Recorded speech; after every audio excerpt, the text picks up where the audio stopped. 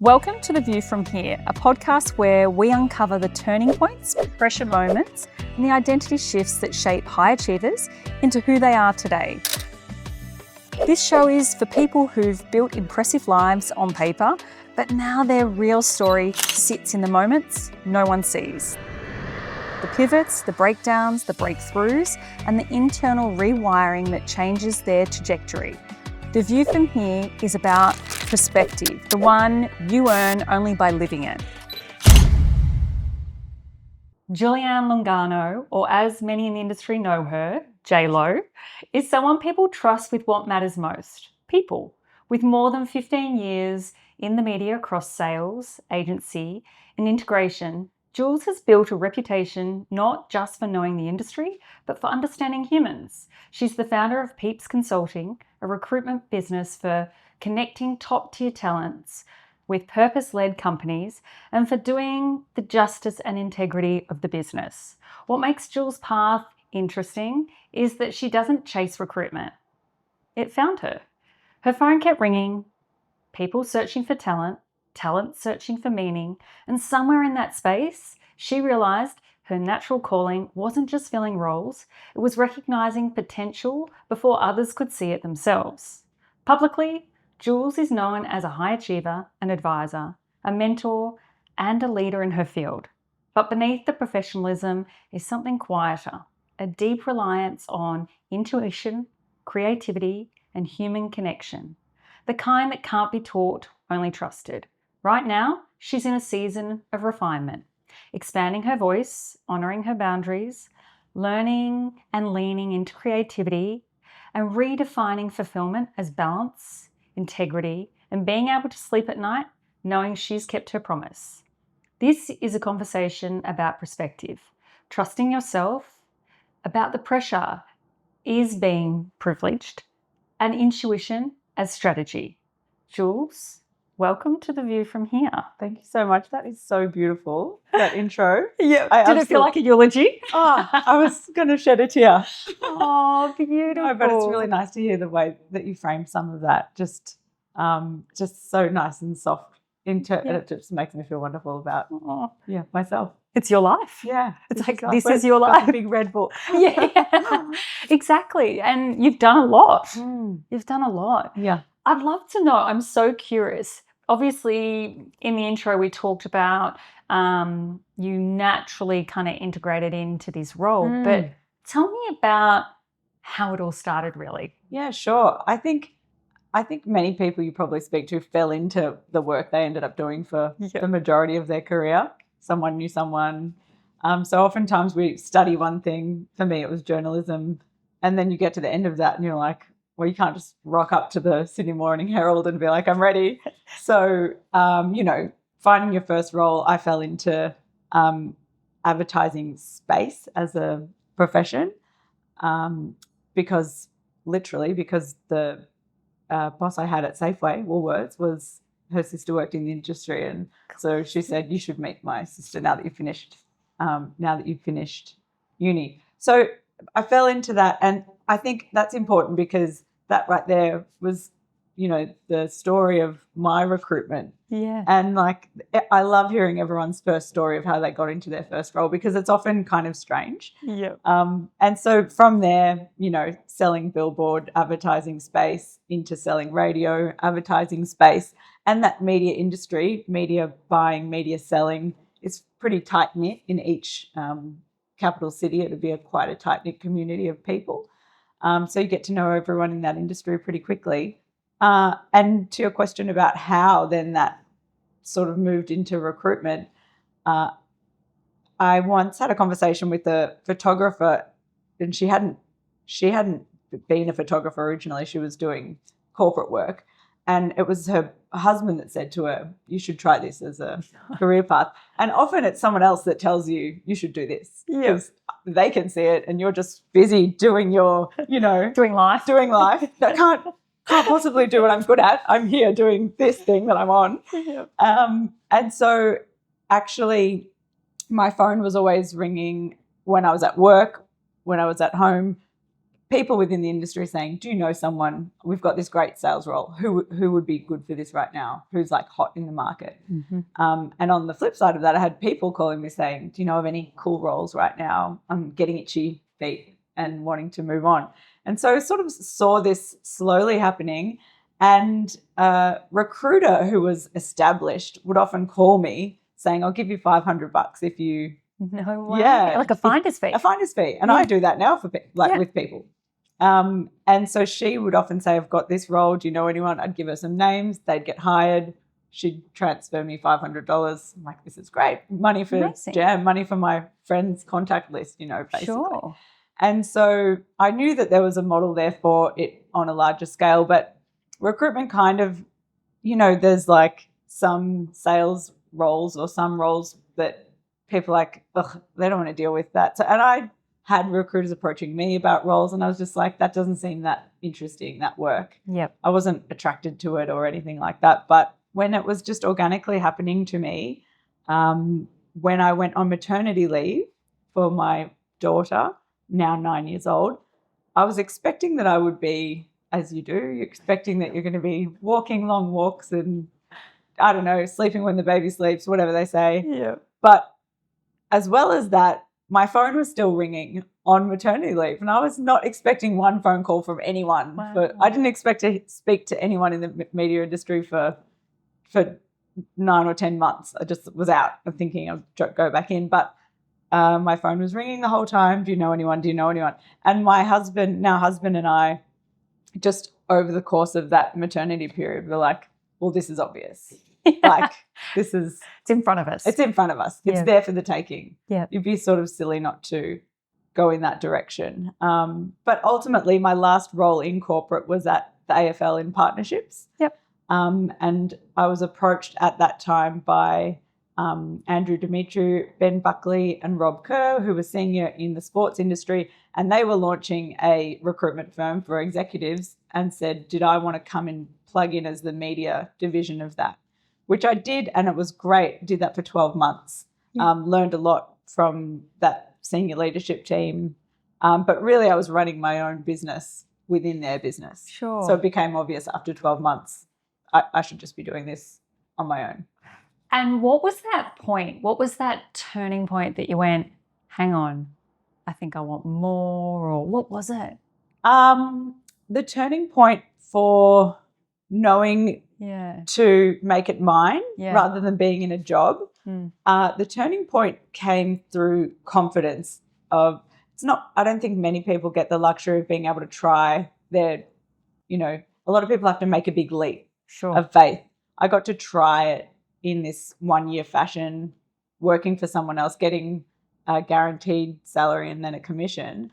But I think the turning point is when you literally look in the mirror and know that you yourself could be doing this without the structure around you. Yeah. That you might have grown up through a career path of structure. A lot of people speak to me at the moment about that sometimes being called indoctrination. So you're used to being in a certain sized company or corporate structure. Will your skills work if you went to a startup or if you went to a family business? Yeah. Are your skills transferable? Maybe for some people, yes. Maybe for some people, they just can't handle the chaos or not having a form or a process flow that is as obvious and clear as one that's been really thought out by a team of HR professionals. Yes. So, having the confidence that you could move between those two sort of spaces. Yeah. And did you have like that support, that external support network around you that was like, just do this? Or was it really driven by you? I think no one probably knew. I think everyone thought I would just do it on the side forever. I don't know that many people thought I would stop doing a corporate job and make this my career. Interesting. And even still, people are like, oh, you're still doing that side hustle? And like, wow. Because it's got no form or it's got no, you don't, if I say to you Wesfarmers or Myer or, you know what know what that is. No one knows the size of my business, and I'm not going to, chest beat about details about how, if it's doing well or not. Yeah. And, I don't put that out there. So I think sometimes people might just think, oh yeah, I do a little bit here and there on the side, which are tumbling, to a degree. Yeah. Okay. So you quite like that sort of in disguise success. Like, I'm kind of doing really well, but I don't say too much. Yeah. I'll just go under the radar. Sure. Keep thinking that I'm just a part-time hustler. Yeah. Do you think that's a lot to do with the corporate world though? Because in corporate, I feel like the stigma for a long time was you go and work for people and only the big guys or big women, predominantly men though, would take that job and have the umbrella and then own and buy out everything else and really monopolize. Sure. And so the whole startup thing has been a more recent kind of endeavor, hasn't it? That anyone can do it. Yes, definitely. In so many different ways, whether it's a startup business through an Instagram account and product and influencer, or, just through technology, all these new emerging opportunities. And right now through AI, like who can, you've got 12-year-olds coming up with ideas, making money straight away. So, everything about what we knew from a corporate path 20 years ago, 15 years ago, is really completely shape-shifted now in a way that it's for the people. So, which is kind of nice. Yeah, absolutely. I was having this conversation with somebody the other day about Mad Men. Have you seen that too? I'm watching it right now. Yeah, very relatable. But it's that kind of stigma, isn't it? That sort of 70s, 80s, probably into the 90s, that very just white collar, just you go and work in an office with fluorescent lights. And I feel like it's evolved into the Google formula where it was all about the people and creating a happy and healthy workplace. And now we're, like you said, migrating back out of it, that run your own show and then pick and choose how you want it to run for you. Yes, absolutely. And this is how young people coming through will have their careers, their many career directions shaped. It's just not how it was one path before. And I'm interested on that. So because you're in recruitment and you said you had others basically say, you should do this. You're like, yeah, actually, I'm really good at that. I do like that. Do you think that there's going to be a change for that next generation coming through where they're having to think about these things a lot earlier? Like you're hearing entrepreneurship starting at 14, which maybe some of us did do other things, but they're on a bigger scale, more public. Do you think that changes that bar a little bit with pressure to find what you should do and not organically having it happen? Such an interesting question, because culturally, I think in Australia, we're largely left to fend for ourselves in finding out what makes you tick and what floats your boat, what ikigai, which is what am I good at, what can I make money from, and what can add value to the world. And a great purpose or way to spend your life is to try and have an equilibrium in those three areas. In some other countries and cultures, very early on, they'll aptitude test so that they can tell a young person that their mind is mechanically, influenced, and so their mind lights up when they're dealing with maps and engineering type activity, versus someone who might be more aligned with care or human care or nursing, that kind of thing. So I don't think we here in Australia spend enough time learning about our own selves as a young age and what our values are. We're sort of school, what are your subjects, what are you studying, what are you going to uni to do? But where's the question of, it's sort of just like, have a think about what you want to do. You could say anything. If you asked a young person, you wouldn't know if they're going to say, I want to be a doctor or a lawyer or a nurse or an entrepreneur, a tech person. So I think increasingly the generation coming through have they've got pros and cons that we didn't have coming through that at the same time. More opportunity, more direction, more ability to start something, fail and move on.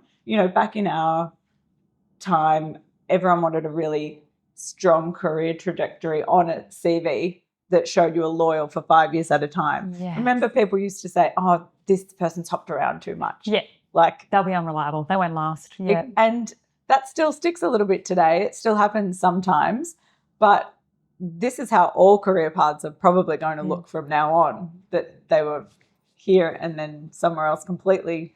And that's more seen now as growth or world experience, life experience. And conversely, having too long at any one place now is a bit more typecast, or what have they missed? If they've just been doing this one job for 5 years, have they missed some learning opportunity to learn and grow in other directions? So, and, it's becoming way more transactional. Young people in roles, I had one just over New Year resign over email on New Year's Eve, which, wouldn't have happened back in the, back, say, even 5 years ago.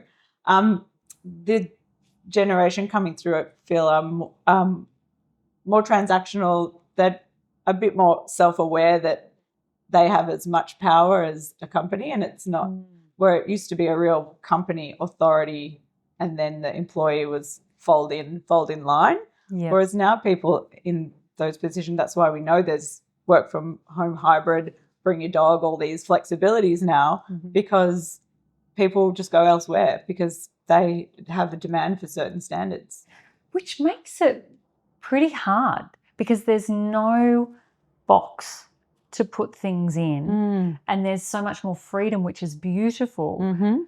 But that does leave it open for really hard measuring of other ROI aspects in businesses, doesn't it? Like, yes. How do you say no to someone, because now they could just say, well, I'm not going to be there. That's right. If you're not going to let me bring my dog to work, well, I'm not coming to work. Yes, that is happening. And is that hard then for companies? Because obviously there's a cost in training someone up when you find someone for a position. You don't want that turnover too much, because then you're not making back the investment that you've had. For sure. I really don't envy like a head of people and culture position, or even hiring managers now need what steps they need to take to ensure their employees aren't leaving in a couple of weeks. But the onus is now on them to be providing roles that are purpose-driven. Yep. People want to make an impact, and so it's largely up to the hiring managers and leadership team, and then HR, people, culture teams, to be creating that so that they're not living in this fear of someone leaving straight away. Yeah, that's beautiful. And I can hear your passion for what you do in the way you speak. Like, if we took you back to growing up, where do you think this drive, this clarity, obviously you got very strong values and boundaries. Where do you accredit that to? I think, a funny response to that. I once sat in a job interview where I was being interviewed, and the person interviewing said, were you raised Catholic? Which, whatever tangent, I'm not practicing anymore or anything like that. But they said they can always tell the discipline from someone raised through a Catholic. Like, it's really, I went to a Catholic primary school and a high school to year 10, and I definitely, in hindsight, since you asked me to look back on it, and the question is, where did that sort of come from? There's certain aspects to that weren't great that I had to end up peeling away. But the discipline, for sure, that had something to do with growing up with those sort of, not the commandments of God, but like, for sure, there's aspects to discipline that are from growing up without having a choice. How you're told what religion you are when you're respect. Young. It's the respect aspect, isn't it? That kind of hierarchy of respecting your elders, speaking politely, and knowing that there's sort of, I guess, rules. Yeah. But it's about being polite. Rules, structure to exist within. My parents were huge people, and both primary school teachers. My mum is, she's this incredible force in my life. She's American, and she was like head cheerleader for Michigan University and prom queen, all this stuff. Like, you know, she's like a quintessential American, you know, girl next door. Straight out of the movies. Straight out of the movies, for sure. And absolutely her vivaciousness and her just like level of interest in people, conversation. My dad, Italian, so there's a lot of focus on community and helping one another. So lots of different aspects too that fed into my, I guess, who I ended up becoming as a young adult. Yeah. And have they always backed you no matter what you do? No. Okay. So primary school teacher parents want you to be a primary school teacher. That's what you're going to be, because both mine were in education. And were they shocked when you didn't do education? I'm pretty sure up until about 10 years ago, they would still try and convince me it was a good occupation to go into. Maybe, you know. Never. And maybe one day we will, but no. You know you won't. But for people who are teachers, often it's the case that they've been students their whole lives. They go to uni, learn how to be a teacher, go back into school, and they spend 40, 50 years in this system. So any thought of any existence outside of that is completely foreign. And so, when I was doing journalism, they were like, good luck. There's no jobs in that. No jobs in that. But sure, have some fun. And then B, there was one time I quit my job at Southern Cross Austereo at that Saturn's return time, 27. Yeah. You know, where you're like thinking about what you're going to do with your life. Next stage. Next stage, go find yourself. So I quit the job without anything to go to, and had a 3-month around the world trip booked. And just, awesome. You know, back yourself that you'll get back and get a job. Like, be fine. But my parents were just, and I had a mortgage at this point. I had my first apartment, and they couldn't believe that I would quit a job with a steady income and not have a plan, knowing there's a mortgage payment due in, 4 months' time, where, that just irked them. Do you reckon it was irked or it was fear-driven? Fear-driven for them that I would end up blowing it and be on the street or something, just I think that they were always surprised, even to this day, of where I'd got to, and that looked like it was giving it up. Yeah. Where even to this day, if they say, what have you been up to this week? What are you working on? And I'll tell them. They're just, I think, still surprised. Yeah. That I'm not a primary school teacher. My parents are going to laugh watching this. They're going to be like, she's always said she'd go away, I'm never going to be a teacher. And then we're having this conversation. I love it. So good. But this is so interesting, and I'm curious.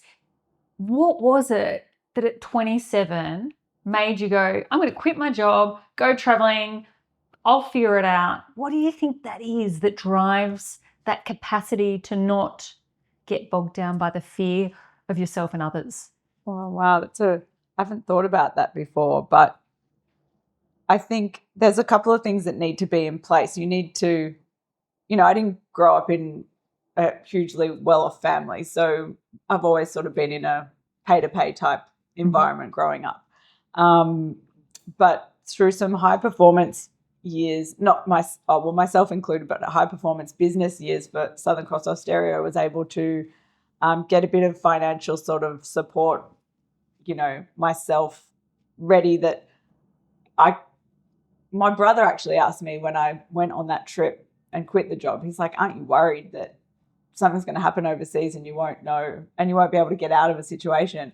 And I was kind of like, well, money can kind of get you out of any situation. And I'm not saying that like an entitled rich person. Yeah. I'd come from eating Maggi noodles at the end of every month because I'd run out of pay, sure. But I think once having established some financial foundation, you don't get stuck as much. And now I understand that when I hear about women making sure that they have that level of control over their own finances and freedom, if they are required to engage freedom in their relationship, I completely understand now that's part and parcel with a financial ability to do so. So that's one part of it. And then having been with the company for 5 years, doing, gone through the ranks of selling and then managing, and then you're sort of looking, I guess the path is am I working towards the next job, which is like a sales director, run a team type of role,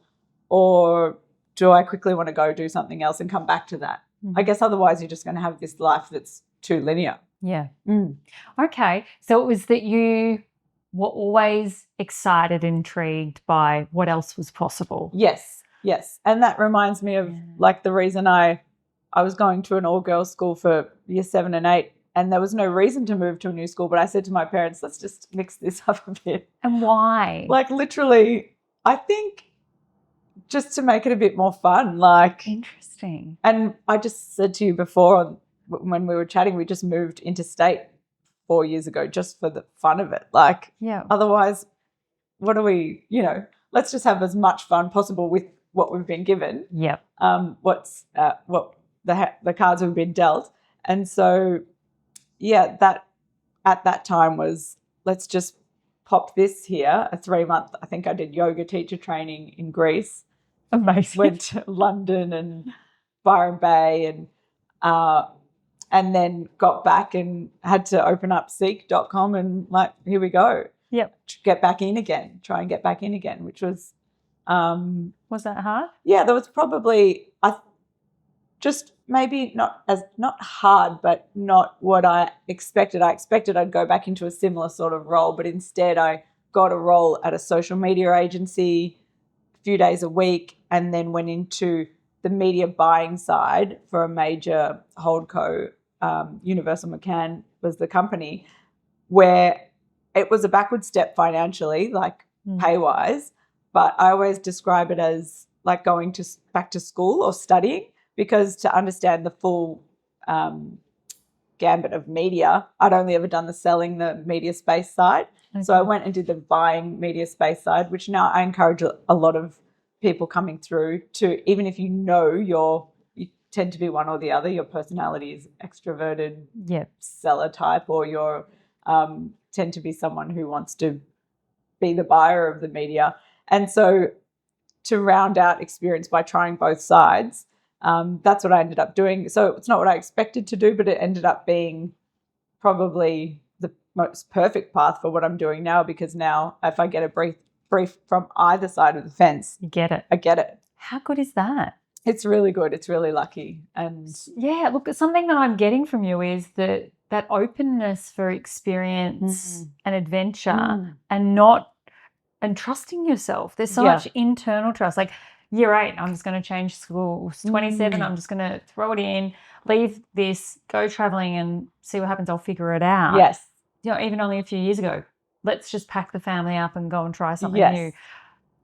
That takes a lot of courage. Sure. But you're open, and you said it in the brief, you're open to the experience and what comes your way, and you see it as an opportunity. Yes. It's pretty amazing. And everything you're saying now, I'm just thinking, this is my mum. Like, my mum was in America, read a newspaper ad to come teach in Australia for a year. Wow. Americans in the 70s didn't do that. You're going where? Down under. And so for her to get on the plane to God knows where, they still think we ride kangaroos to of course they do. No idea. And she tells the story that she lands at the airport in Melbourne and doesn't have any currency and literally goes up to a guy at the airport and is like, can I borrow $10 to get into town? Give me your address and I'll post it back to you once I've... Amazing.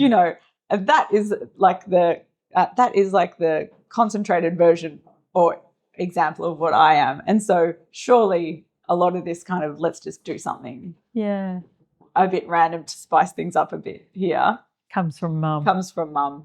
Yeah. Which is pretty cool. Pretty cool. And would you say your brother houses any of those? Oh, wow. Not as much, not in the way that I have. Yeah. Different ways. I've got an older brother, younger sister. So I'm like textbook middle child syndrome. The glue, maybe that's where it comes from. But I can see what aspects of them they took on, but in a different way that I did. Yeah. Because I know that I've had that conversation with my brother about, aren't you concerned that making that decision might, do this or that for you? But So it landed differently for all of us. Yeah, but it doesn't really matter what people say to you. You're still going to choose your own adventure. Yeah, for sure, for sure. And do you think that's what also helped you have such a positive experience in that corporate world too, is that ability to deflect what doesn't resonate, absorb what does, be open to the experience, but still be you? Yeah, for sure. I think when I think about the corporate experience, so it must have been like 15 years of selling in boardrooms and navigating internal structures and stakeholders. Because let's be honest, it's not an easy dynamic at times. Yes. I sometimes now, because I don't have to present as such anymore, I send candidates through as a shortlist, but it's been a long time since I've had to stand up in a boardroom and present a PowerPoint document or so I think certainly, I don't know if it's so much the willingness to just jump in that affected my corporate career so much. Corporate's more about doing well with the structure you're given, managing up, to do well. So did you like that? I'm sensing that it wasn't your favourite part of it. Yeah, I liked, the pressure, I remember working on presentations till 9 o'clock at night that we had to pitch $1 million deal the next day. And I just remember working on it.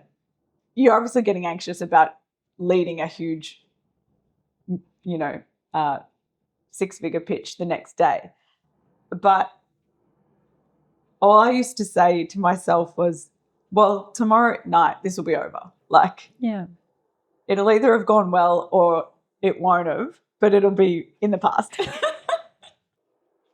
So this too shall pass. Yeah. And that was one thing I do recall being a really helpful thing during corporate was everything's going to be behind us. Who taught you that? I just, you just know that nighttime will come.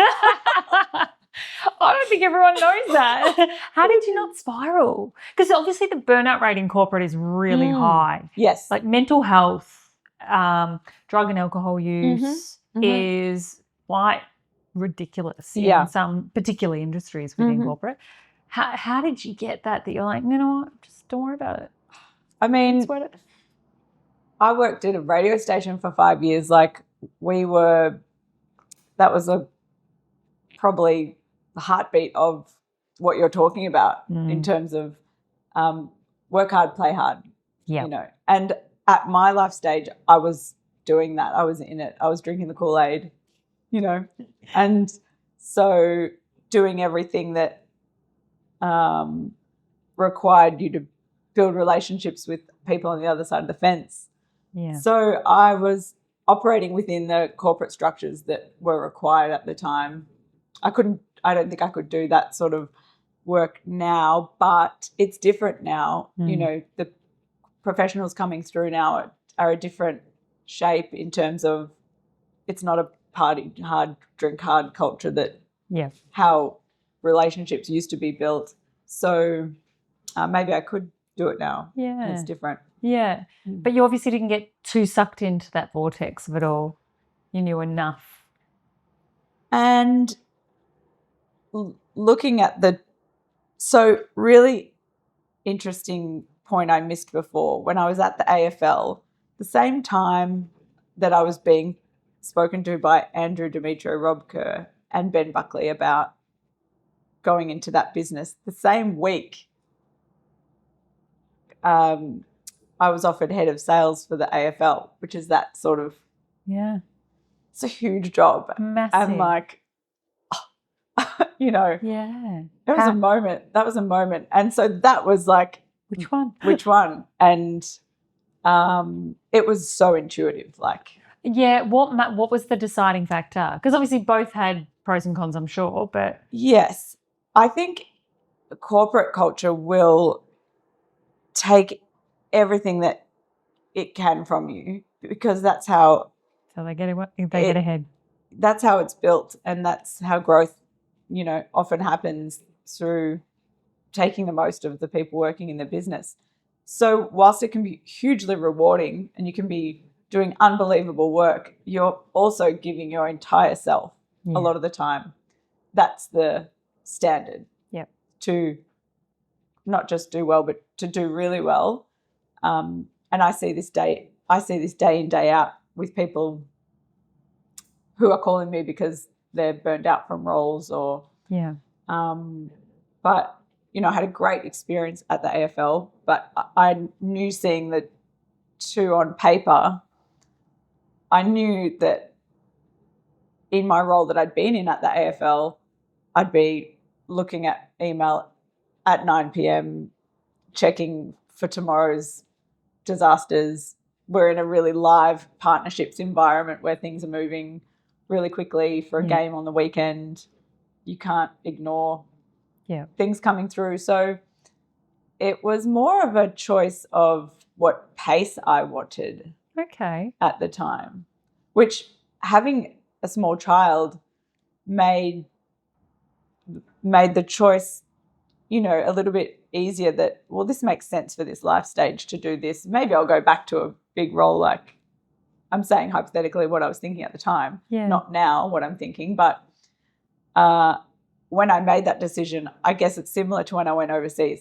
I could go back to a big corporate job at any time. There'll always be a head of sales job at some point that I could maybe get my way into. Maybe not a head of anymore, but certainly that I could get back at any point. So it's similar to trying a trip or trying a new place to live. It's try this and see how it feels. You had the experience of moving back to Geelong after Byron, and just try it, feel it, yes or no. And that's interesting, isn't it? Because I think that a lot of people live in fear of making the wrong decision, so make no decision, and then have so many regrets and become a little bitter or scared or even more fearful of change because they might make another wrong decision. Yes. Whereas what I'm hearing from you, and I guess I have experienced it myself, is that just that deep internal trust that no matter what the outcome is, we'll figure it out. Yeah. Would you say your husband is the same? Yes, absolutely.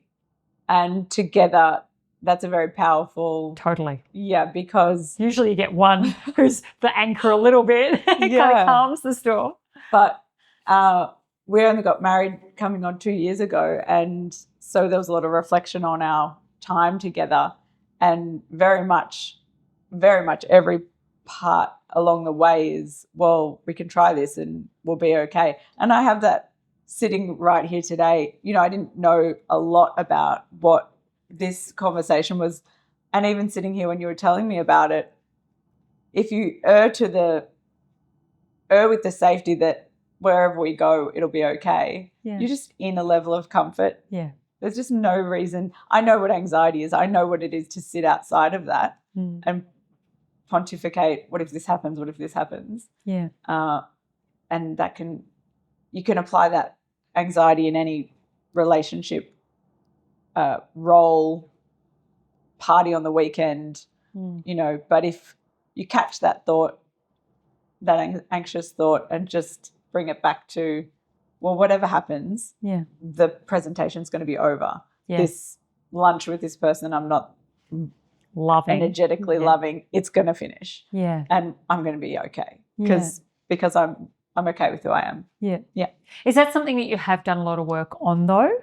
I think so. I think I've been reflecting lately that if you do yoga for 20 years, this gives you the skill set. They tell you so much. Like, it's less about the downward dog and more about the dialogue that they've been feeding into your mind for 20 years about your safety and yourself. But how can that not get into your being in some way or another? Subconscious. Subliminal messaging, really. Pretty much. Just repetition. Yes. Because you really embody that. I think so. And I don't know if it is a combination of the yoga or also every experience we've talked about trying something and giving it a go. They've all sort of worked out. Haven't had a real bad one where I would regret, because, there's some of this is not cliche, but, you know, even if it's a failure, you're going to learn. Like, because that's my next question was, surely there's been something that you've done that you're like, oh, that didn't work out. But are you the type of person that you see it as a lesson or a pivot, but you're able to pivot rather than hold yourself down and kick yourself for making a mistake?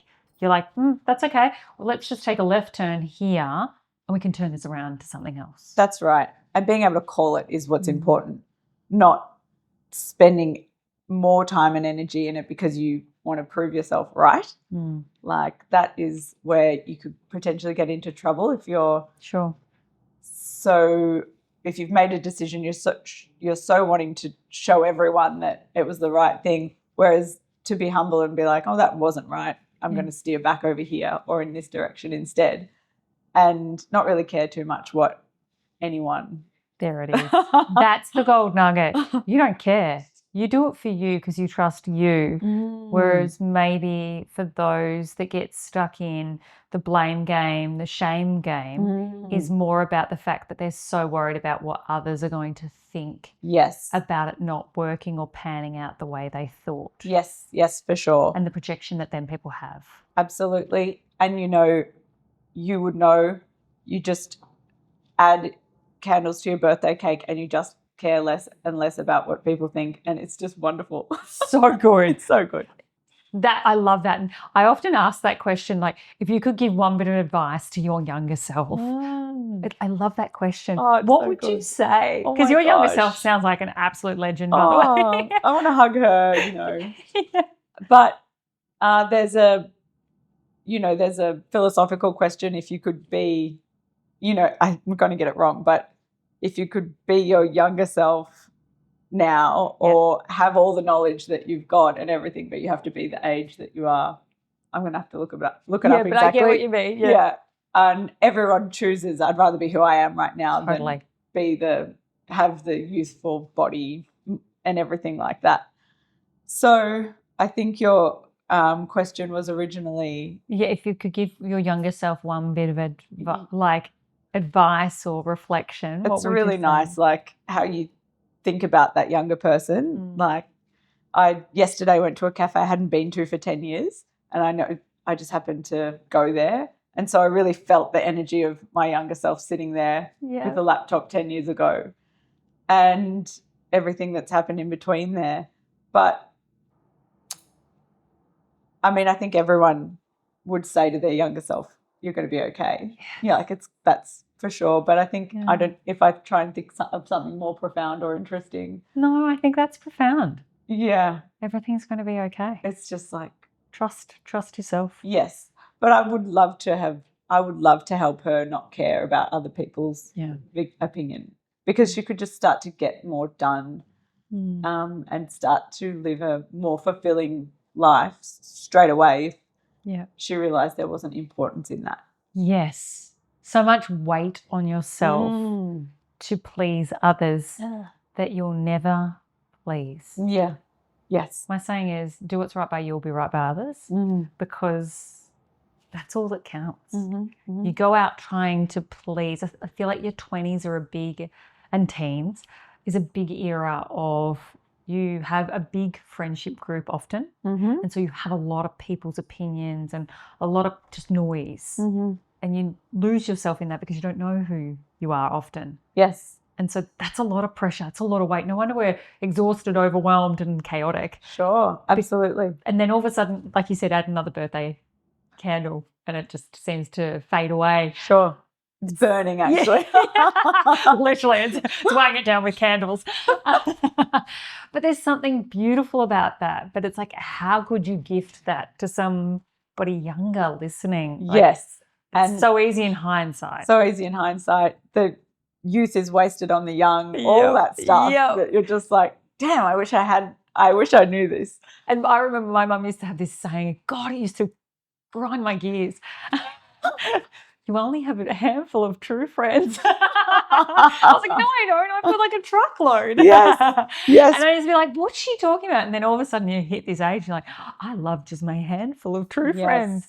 And all of a sudden you get it. Minimalizing and peeling off layers and all the stuff that, but you can kind of understand why by the end of, when people get to the end of their life and they've lived a long life, right now it's kind of foreign to us to think. Still. Yeah, we're not that old. They'll be cool with just passing away. Yeah, sure.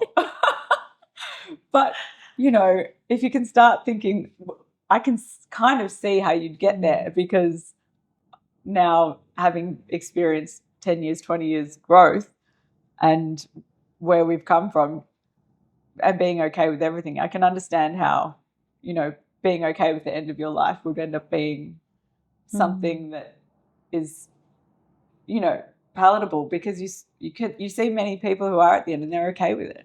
Yeah. And I said to my daughter the other day, because I wanted her to know, if something happened to me, there's been shark attacks in, sure, stuff's going on in the world. And it was her, and I was driving and she was in the car, and I said, I just want you to know, if something happened to me now, I would be, and I was gone, I would be very happy with my full life lived. Beautiful. Like, just so you know. Yeah. So she would know that I wasn't yearning for something out of reach. Yeah. I had it. I was in it. And like I think she believed me. And I've had the same conversation with my husband, who's very driven and has a lot of things he still wants to do. And of course there's things I want to do, but a comfort with, if I went out on a plane crashing tomorrow, literally I could sit in the seat and be like, okay. Wow. I guarantee you most of the listeners to this would be like, nah, don't relate. What is that? I want to know what creates that safety and that peace in that thought. And you're an ambitious, driven person, so it's not because it's complacency or giving up. I want people to know that. What is it that makes you so calm about it? Sure. I think all those moments we were speaking about of giving things a go and having a try of this and let's go in that direction, so that adds up to life experience and fulfillment. And where we land now is, the path that those books that you choose your own adventure. Yeah. Right. So it is looking at the book that you've had so far, looking at the where you chose your own adventure, even if it was a wrong choice and you had to scale back, but being happy that book is like fine, it's yours, great, and sure, we could live another 10 years, 50 years, 200 years, and this younger generation coming through, who knows how long, who knows, but none of us know if we're here for a week, 10 years or 50 years, but I'm for sure going to know or live in a place where it's fine, because I've had so much, it's beautiful. Oh my gosh, like these parents and these kids and this love and this career and oh wow, like But I like hearing how you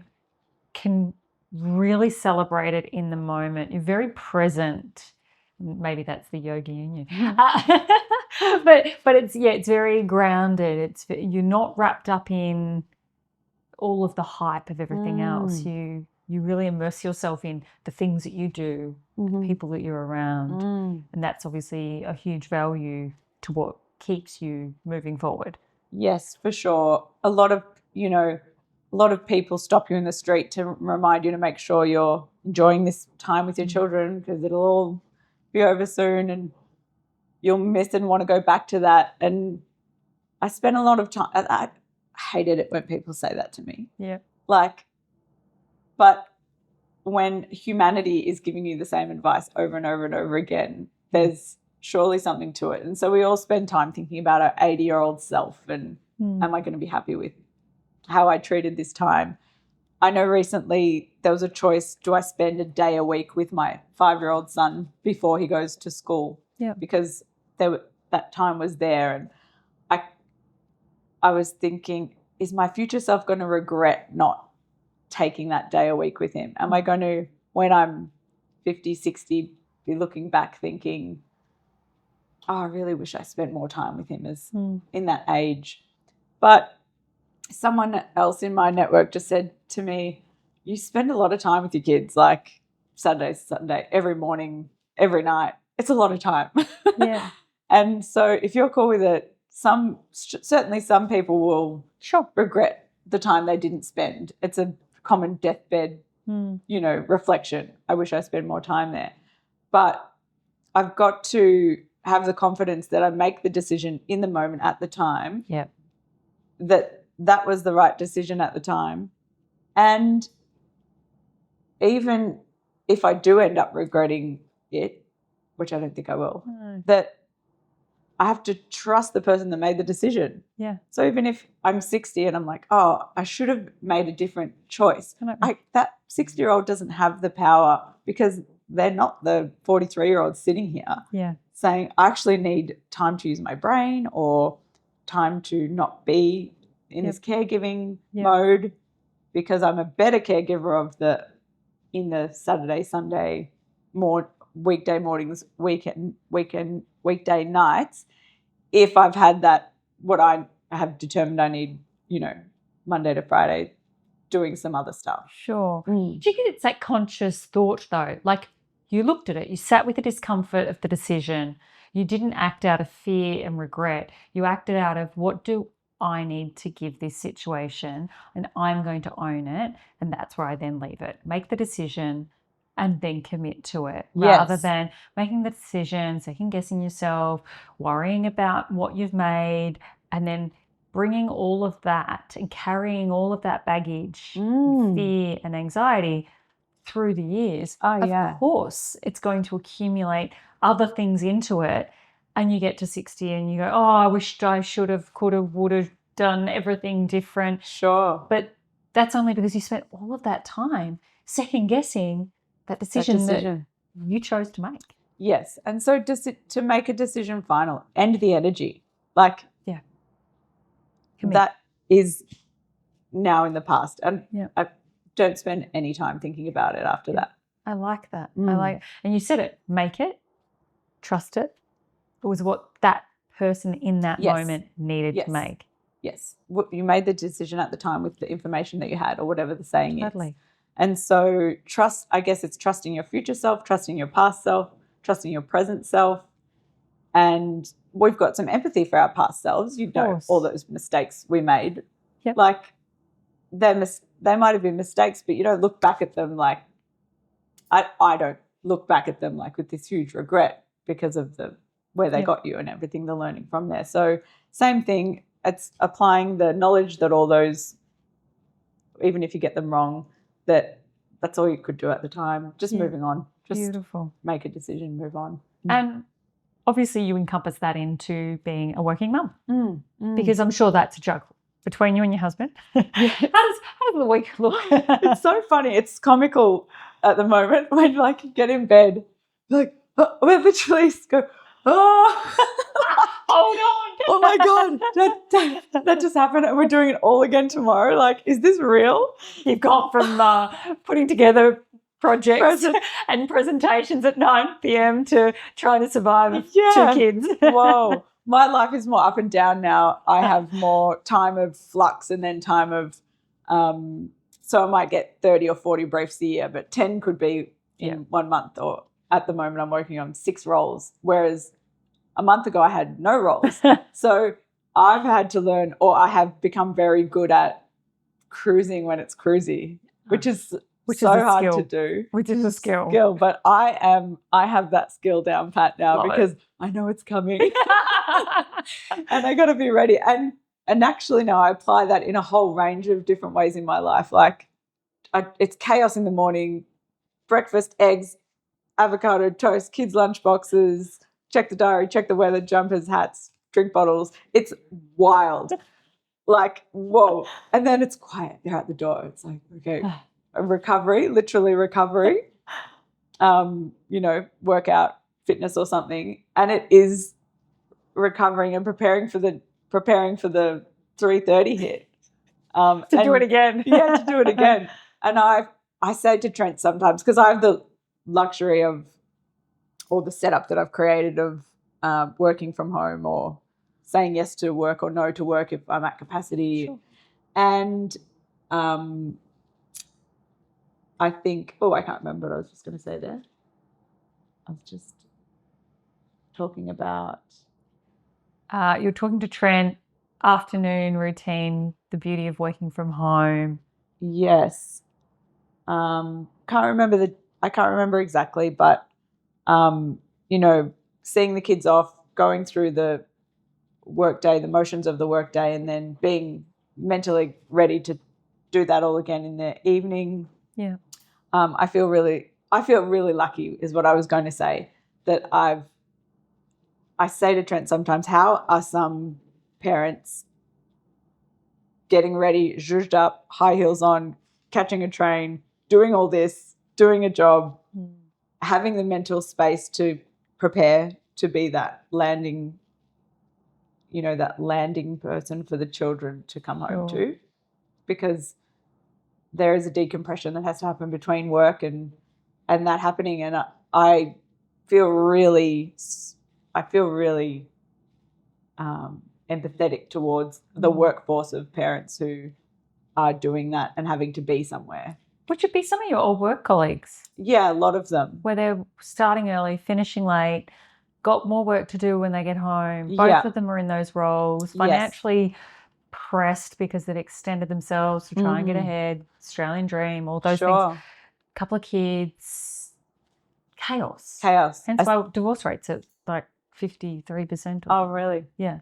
I mean, I see it every day. I'm often placing people not into roles that I know, but I see the pressure of the roles. I see what it's going to take to do that role well, and how much it will take from a person.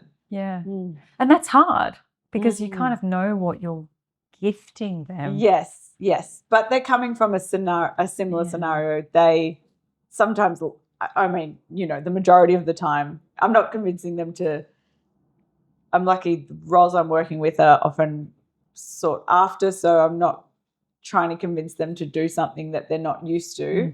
But as an industry standard, it's full on, If you could change something about the industry, what would you like to see change?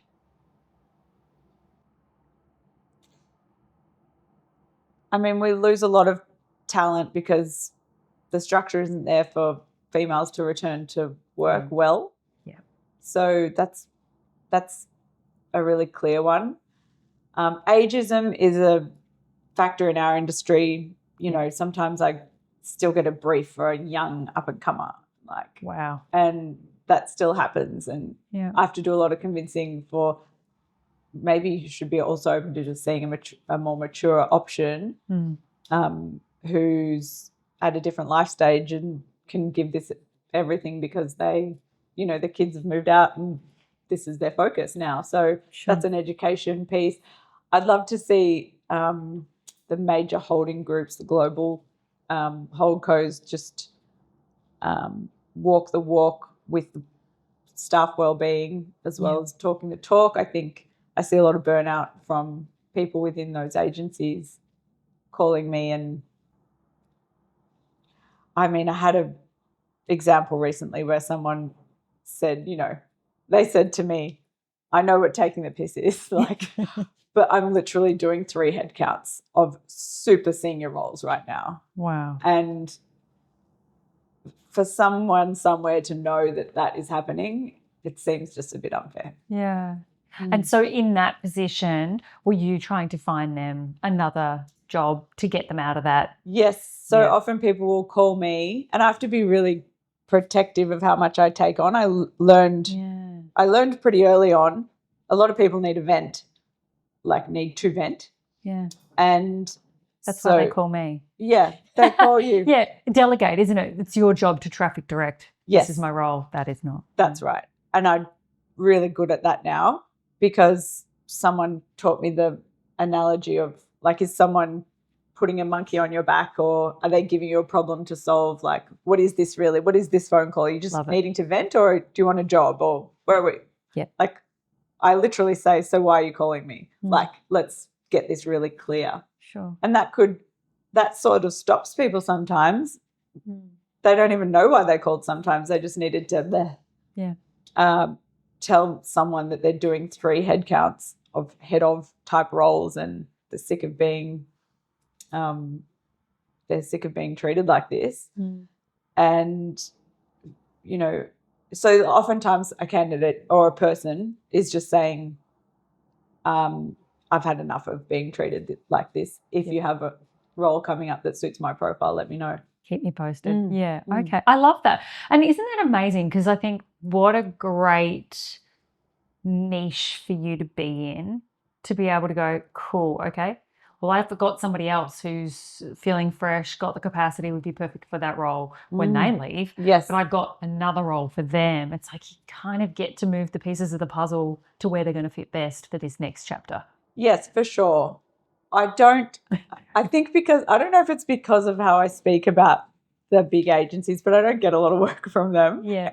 My style tends to suit independent agencies, smaller shops, smaller operations. I don't know if the holdco companies need little old me helping them. They've got talent teams and things like that. But my business is fine without that work.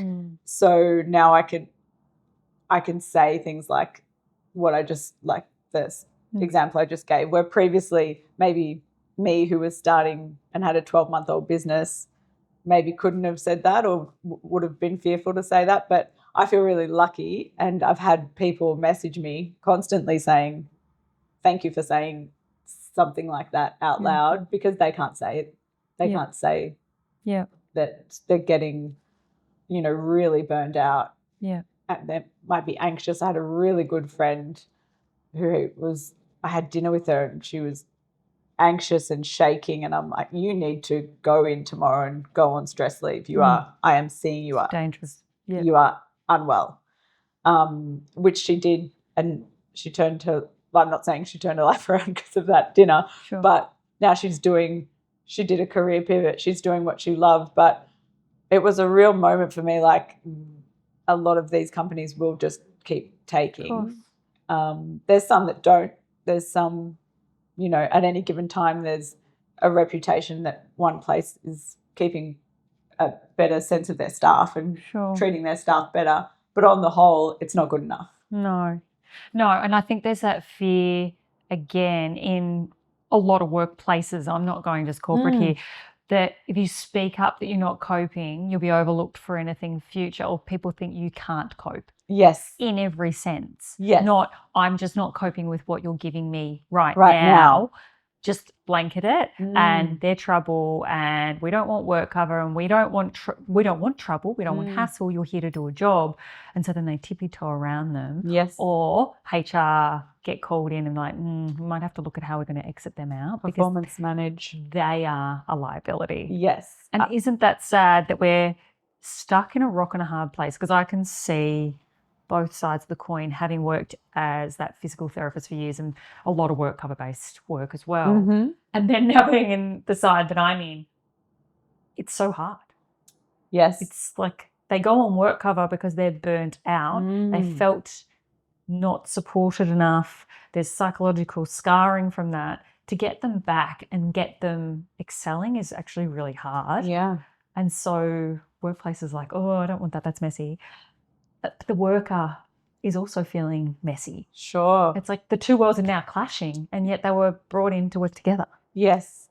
And I mean, anxiety is a huge, there's psychosocial safety at work now as a consideration, but, still new, it's hard to measure. And I had a story not that long ago of someone going to HR saying, I'm experiencing significant anxiety, and they were told, if you want to make it in this industry, you need to harden up. And I just couldn't believe that happened in the last 12 months. And 2025. That's nuts. And but we've been told that. Oh, I've been told that. Yeah, if you want to make it, you say yes. Yeah. Don't ever say no. Yeah. Just keep saying yes. Which is crazy. Crazy. And in 2025, it's still being said. Yeah. To an extent.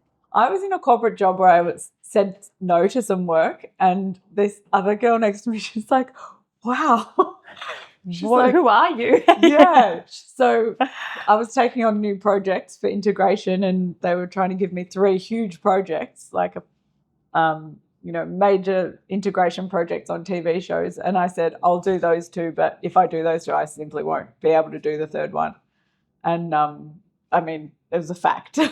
And so I went in and said that, and they said, no, they actually, to their credit, said, okay, we'll do these 2 well, and we'll find someone else for the other one. But when I came out and the girls saw that had happened, that was just a foreign concept to them, that you could maybe say, yeah, that's not going to work with the hours available in any given day. So interesting. Again, that says a lot about your boundaries and values, because I'm reflecting back on a lot of those experiences I saw in those types of roles I had, and you wouldn't dare say no. No. You just said yes. Yeah, for sure. And I remember going into work the day my grandfather died and saying, I think I'll have to have tomorrow off. And my boss saying, would you be able to start at lunchtime? I was like, no, I've got to drive to a funeral that's 2 hours away. And they're like, oh, so you won't be able to come in, but you'll be in the next day. Oh, wow. Yeah. That's the cult, like that. I just remember those cultures being so strong. Yes, for sure. And for sure. I just find it I'm so dumbfounded. You think and you hope it's changed a lot more, but you realize it is still there. But it is still there. Yeah, it is still there. It's getting better because we're talking about it. Whereas I don't think we would have even acknowledged that was a problem back then. Yeah, for sure. It was just that's what it was, and that's what it had to be. But increasingly now it's, say that they said, no, you have to be in. You can't go to your grandfather's funeral. I mean, it's the way to deliver that boundary is to know that you're walking otherwise. And so that comes back to our point about knowing you'll be okay if you have to walk out. So that gives you this whole air of confidence. If you can know that you will be all right on the other side of it, you can kind of start. There it is. Yeah. And I love that. Yeah. Yeah. Because that's powerful, is trusting that if this isn't the right role for you, find one that is. Yeah. Find one that does align with what you need. If you know that you can't push yourself to those levels of expectation that particular workplace need from you, then this isn't right for you. Yes. If you can't do late nights and early mornings at the same time, find a job that can. Yes. Don't burn the candle at both ends to sacrifice yourself, because you won't be in it long. No, you can only sustain that inauthentic kind of, it's just like a moment in time. You can't do that as a career strategy. Sure. You'll be dead. And so how do you function with that? How do you create those boundaries in your work, with your family, with your health? Yeah, how do you structure that? So about a year in to my own business, I noticed, so a lot of people just want to have a chat, have a coffee, pick my brain. Like I could, if I said yes to each one, I realized very quickly, I'm spending my entire working hours having chats, which is a lot of, it's a lot of maintaining a talent base and everything like that, but doesn't pay the bills. Yeah, it doesn't pay the bills. And so it's become second nature to me now. I've got a response. If someone asks for a coffee, I've got a really clean response, which is, because I'm a solo owner operator, I only see people if it's about a live active role. Beautiful. So let me take your details. When I have a live active role for what you're briefing me on, let's have a coffee then when we have something to discuss that's meaty that we can talk about going for. Now, some might argue there's a lot wrong with that, but for me, it's working. Talking to people when it's relevant. Sure, I know they're there. I don't know the details and depth because I haven't had a full meeting with them. But if I can get enough information about them that lets me know how I can add value without using a whole hour of the day traveling, coffee, then I've just learned that boundary is a really easy one to practically set. And then saying no to work if it doesn't meet terms that are sitting comfortably with me for any reason at all. Yeah. there could be a lot of different reasons, but I got a brief from a place where I'd heard the culture was really unsupportive and someone had been like literally yelled at on the floor, and I didn't even know that happened anymore, but I couldn't go out in market and recruit for a place that I didn't want to. So to be able to say no to that is a great boundary that I engage if I need to sometimes. And then with family and my husband also, it's not boundary setting so much as, you know, teamwork management of everything that needs to get done. But it's pretty clear to me that if I spend 8 hours today working on delivery of this role that's going to equal 20 grand in my pocket, that I can hire a babysitter if I need to. Yeah. And that's okay. Yeah. And a cleaner if I need to. Anything that needs to be outsourced that isn't bringing me joy, I'm okay with it. Beautiful. I like that. Again, another boundary. Yeah. If somebody else can do that job and it frees up your time to do the things you're good at, yes, and that you can excel at, that add value to the family. Yeah. It's just maths. Delegate. And if I'm in that time, like I was speaking about before, no briefs, nothing's happening, I'm in a low, low volume time, it's a different scenario. I'm not spending money that way because I don't need to. But it's pretty clear maths to outsource. Yeah. Because, you know, everything that comes with running a family, it's, as we all know, like it's bigger than it looks. Well, it's a 365-day, 24/7 role that there is no off time. And so hence why it can be quite taxing at times because it's not the only role that you're doing, but it's a really important one to have. And obviously one that you really prioritize, which is beautiful. So just a couple more questions I have for you. If you could give anyone out there some advice that's thinking about pivoting or changing but just not sure what roles are out there, what would you say to encourage them to reach out to somebody like yourself? I think to be less role-led and just go internal for a little bit longer, thinking about what's going to make you happy. Yeah. I'll often have people call me saying, I need to leave what I'm doing. I'll do anything. And that's great, the flexibility, but it's not helpful to me. I will often give them 4 phone numbers of a career coach or that they can go speak to about their values and what they want to be really doing. Come back to me with here's the role titles and types of places I want to work. Then I can be really helpful to them. For people considering a bigger pivot or career change, if there's a way to start doing what you want to do on the side while you're still doing your bread and butter, just depends how much of a pivot it is. Is it a pivot within your industry where you're going from being this role to a consultant over here or doing something? Might be a little bit easier. If you're doing like a full, I want to be a birth doula and I'm currently a bank teller something, it's going to look different. But if there's a way you can start doing the dream one day a week and reduce to 4 for your job that you're wanting to move away from, and then just slowly have those cross until you're doing something you love longer. I know a girl who was doing styling for magazines and she was creative and everything, but she started painting, and now over the years of doing that, she's now selling her art, and now she can work exclusively on selling her art. Awesome. Like, wow. But amazing. Look, that's literally one painting at a time until she could make it fund whatever her career was paying her. Sure. So if there's any way to bring it in as a side hustle while you've still got your day job, and that's probably more acceptable now than ever, especially in New York or whatever, everyone's got a side hustle more and more here. It used to be if you had a full-time job, it was a contract line item that you can't have income in any other way. Yeah. Now it's sort of like people want you to have a passion outside of work, because I think a lot of hiring managers know that this job's probably only going to be 80% fulfilling because it's a commercial, make someone else rich job.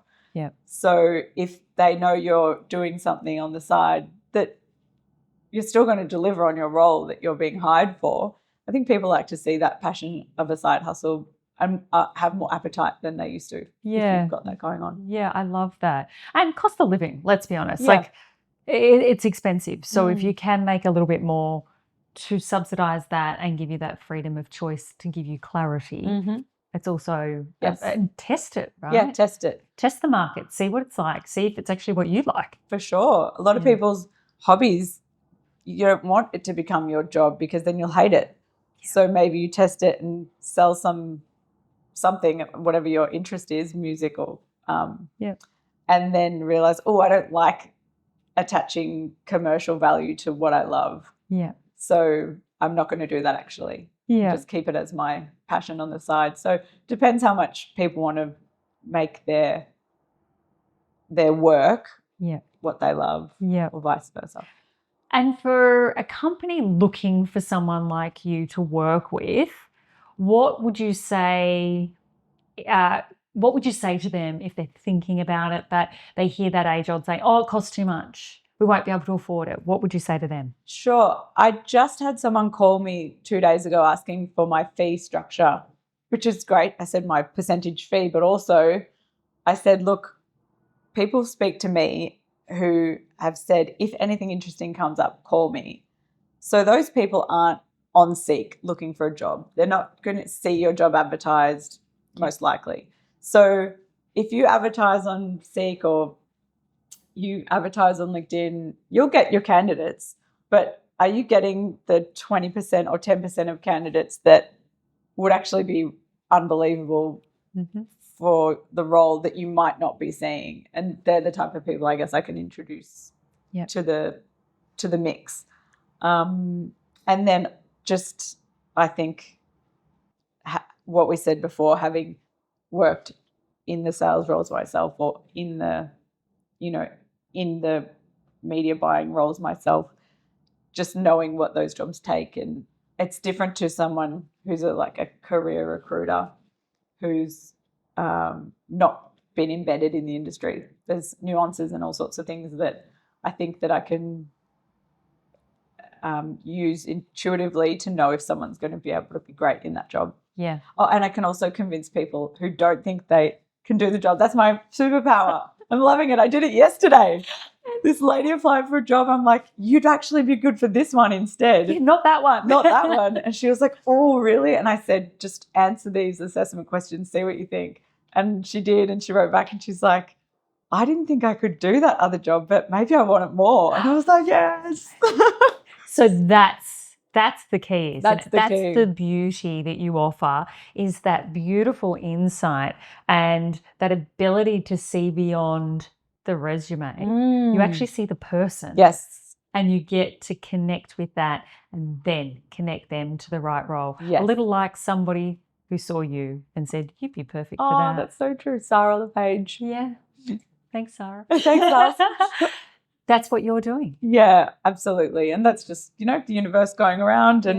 But it is. And so I guess for people listening, if you see a light in someone that they should maybe or could be bringing value and making a career out of that, to put that forward to them, because they might not have thought of it. Yeah. You're always organizing all the lunches and everything. You'd be a great event planner or something. Yeah. Like, maybe if enough people say that out loud, people start realizing that they have skills that they might not have thought they could do for a life. Yeah, they've undervalued their value. Yeah. And not everyone naturally has the confidence or that entrepreneurial drive ingrained, but with encouragement, that's just all they needed. Yes. It's just a little bit of encouragement and push. For sure. Yeah. Anyone could do it now. And you can ask ChatGPT how. It'll write your whole business plan. It'll tell you everything. It'll even write the business for you. Yeah, for sure. And just finally, what do you think the phrase, the view from here, means to you with the beautiful view of the city behind us? You asked in my questionnaire and asking now, since having this conversation, isn't it really about seeing yourself in a different perspective? So, the way you framed things in the setup for our chat today, you know, if you can really put yourself in a different view of yourself, I think that's probably how I take it away today, that you can really own things, hold things, change things. If you step out of yourself, worry less about what everyone else is thinking and what does you looking at you think. Beautiful. Yeah. I love that. I love that that phrase has even evolved in an hour conversation. Yeah, beautiful. That we get to see it through a new light, new lens, and a new perspective, because we've got to reflect back on our life. We've got to think about aspects of it that we didn't even realize in that moment, even with so much depth and self-exploration work that you've done, because I can tell there's still new things being unearthed and uncovered. Yes. And explored all the time. Yes. Because we're forever changing. Yeah. So you see it differently every single day. So we should meet in 20 years. Yes. Let's sit do on this couch. TBT. We'll do a little then and now. Welcome back. Gee, wonder where we'll be. Know, but it's exciting. And it is exciting when you think about where you'll be in 20 years and me, to have this confidence that you're going to be okay. Going to be okay. Yeah. Well, this has been incredible. Really cool. So unique, so beautiful, and just so inspiring. Like, I'm sitting here across from you going, what else can I do? Oh, and I'm so excited. And this is the gift that I love about these conversations is I can see that you've grasped new things. I definitely have. And I can't wait for those watching to also be immersed in the energy that you bring. And if anyone's looking for a recruiter, yes, thank you. Incredible, because you're so authentic and just so vivacious that I think what a great gift you have, and people are lucky to work with you. So thank you. Thank you for for joining me. Absolutely wonderful. Thank you. Awesome.